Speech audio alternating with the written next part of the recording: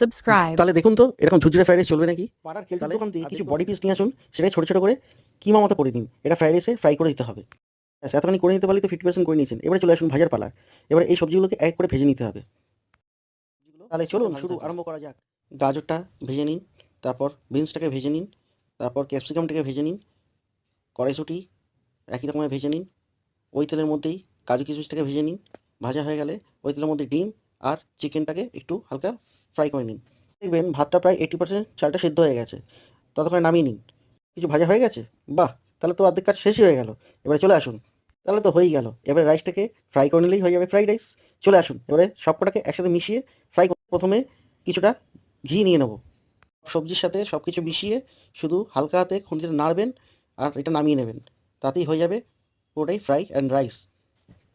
এরপর চিকেন কষা দিয়ে খাবেন না মটন কষা দিয়ে খাবেন, যা দিয়েই খাবেন না কেন একবার বলে যেতে হবে হেভি